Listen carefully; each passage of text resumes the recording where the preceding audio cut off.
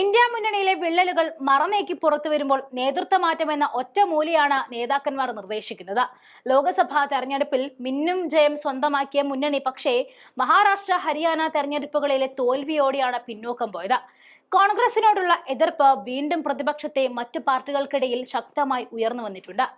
India മുന്നണിയുടെ തലപ്പത്ത് കോൺഗ്രസ് നിൽക്കുന്നത് കൊണ്ട് ഒരു മെച്ചവും ഉണ്ടാകില്ല എന്ന് അവസാനം നടന്ന തെരഞ്ഞെടുപ്പുകളിൽ വ്യക്തമായതോടെയാണ് തലപ്പത്ത് കോൺഗ്രസിന് അപ്പുറം ഒരാൾ എന്ന ചർച്ച വീണ്ടും സജീവമായത്.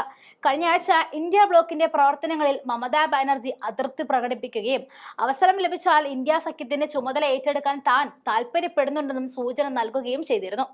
ഇപ്പോൾ മറ്റ് ഇന്ത്യ കക്ഷികളും മമതയുടെ നേതൃത്വത്തെക്കുറിച്ച് പരസ്യ പ്രതികരണം നടത്തി കോൺഗ്രസിനെ വശം കെടുത്തുകയാണ്. കോൺഗ്രസിന് വൃത്തിയായിട്ട് കാര്യങ്ങൾ നടത്തിക്കൊണ്ടു പോകാൻ കഴിയില്ലെങ്കിൽ തനിക്കത് കഴിയുമെന്നാണ് തൃണമൂൽ കോൺഗ്രസിന്റെ മമതാ ബാനർജി പറഞ്ഞത്. ഹരിയാനയിലും മഹാരാഷ്ട്രയിലും തെരഞ്ഞെടുപ്പ് പരാജയങ്ങളാൽ തളർന്ന കോൺഗ്രസ് ഇപ്പോൾ ഇന്ത്യ മുന്നണിയുടെ നേതൃത്വ സ്ഥാനത്ത് കടുത്ത ചോദ്യം ചെയ്യലാണ് നേരിടുന്നത്. കാലങ്ങളായി പിന്തുണച്ചൊപ്പം ഉണ്ടായിരുന്നവർ പോലും മമതാ ബാനർജിയുടെ ശക്തമായ പ്രതികരണത്തിൽ ഉലഞ്ഞ് കോൺഗ്രസിനെ തള്ളിപ്പറഞ്ഞു തുടങ്ങി. അതിൽ പ്രധാനി RJDയുടെ ലാലു പ്രസാദ് യാദവാണ്. ഈ കാലഘട്ടത്തിൽ എന്നും കോൺഗ്രസിനോടും രാഹുൽ ഗാന്ധിയോടും അതിയായ സ്നേഹവും മമതയും കാണിച്ചിരുന്ന ലാലു ഈ മമതയുടെ പ്രതികരണത്തെ സ്വാഗതം ചെയ്ത് പ്രമുഖരിൽ പ്രധാനിയെന്നും കാണാം. പ്രതിപക്ഷ സഖ്യത്തെ നയിക്കാനുള്ള മമതാ ബാനർജിയുടെ താല്പര്യത്തെ നല്ല തമാശ എന്ന് പറഞ്ഞ് തള്ളിയ കോൺഗ്രസിന് ഒരു പ്രഹരമായിരുന്നു ലാലുവിന്റെ പ്രതികരണം. മമതയുടെ ആവശ്യത്തിൽ തെറ്റില്ല എന്നും ഒരവസരം അവർക്ക് നൽകേണ്ടതാണെന്നും തങ്ങൾ അതിന് എതിരല്ല എന്നുമാണ് ലാലു പ്രസാദ് യാദവ് പറഞ്ഞത്. ഇതിനൊപ്പം തന്നെ കോൺഗ്രസ് ഇതിനെ എതിർത്താലോ എന്ന ചോദ്യത്തിന് അതിലൊന്നും വലിയ കാര്യമില്ല എന്നും മമതയ്ക്ക് ഇന്ത്യ മുന്നണിയുടെ ചുമതല കൊടുക്കുകയാണ് വേണ്ടതെന്നും കൂട്ടിച്ചേർക്കാൻ ലാലു മടിച്ചില്ല. മഹാരാഷ്ട്ര തെരഞ്ഞെടുപ്പിൽ കോൺഗ്രസിനൊപ്പം ചേർന്ന് മത്സരിച്ച് കനത്ത പരാജയം നേരിടേണ്ടി വന്ന NCP ശരത് പവാർ വിഭാഗവും കോൺഗ്രസിനെ ആദ്യം തന്നെ തള്ളിപ്പറഞ്ഞിരുന്നു. ലോക്സഭയിൽ പ്രതിപക്ഷ നേതാവായ രാഹുൽ ഗാന്ധിയെ കുത്തിനോവിക്കാൻ പാകത്തിനായിരുന്നു ശരത് പവാറിന്റെ പ്രതികരണം എന്നും കാണാം. രാഹുൽ ഗാന്ധിയെ ഇന്ത്യ മുന്നണിയുടെ തലപ്പത്തേക്ക് തങ്ങൾ കണ്ടിരുന്നില്ല എന്ന നിലപാടാണ് മറ്റൊരു സഖ്യകക്ഷിയായ സമാജ്വാദ് പാർട്ടിയുടേത്.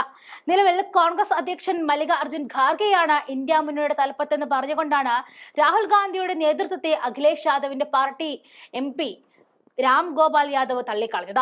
ഇന്ത്യ മുന്നണി നിലനിൽക്കുമെന്ന് തന്നെയാണ് ആഗ്രഹമെന്നും ഒരുമിച്ച് തെരഞ്ഞെടുപ്പിനെ നേരിടണം എന്ന നിലപാട് സ്വീകരിക്കാനും സമാജ്വാദ് പാർട്ടി മറന്നില്ല.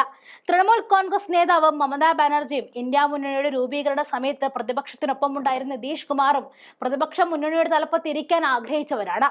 നിതീഷ് ഇടയിൽ ചാടിപ്പോയി BJPക്ക് കൈകൊടുത്ത് ബീഹാറിൽ ഭരണം നിലനിർത്തി. പക്ഷേ BJPക്കാൾ MLA കുറഞ്ഞ സാഹചര്യത്തിലാണ് ബീഹാറിൽ നിതീഷിന്റെ JDUവിന്റെ നിലനിൽപ്പ്. തൃണമൂലാകട്ടെ പശ്ചിമ ബംഗാളിൽ കോൺഗ്രസിനൊപ്പം മത്സരിക്കാൻ പോലും തയ്യാറാവാതെ സംസ്ഥാനത്തിന് പുറത്ത് മാത്രമാണ് ഇന്ത്യ മുന്നണി കക്ഷിയായി ചേർന്നത് എന്നും കാണാം. ഇപ്പോൾ കോൺഗ്രസ് മുക്ത ഭാരതം എന്ന BJP ആദർശം തന്നെയാണ് പല ഘട്ടത്തിലും മമതയും മുന്നോട്ട് വെച്ചിട്ടുള്ളത്.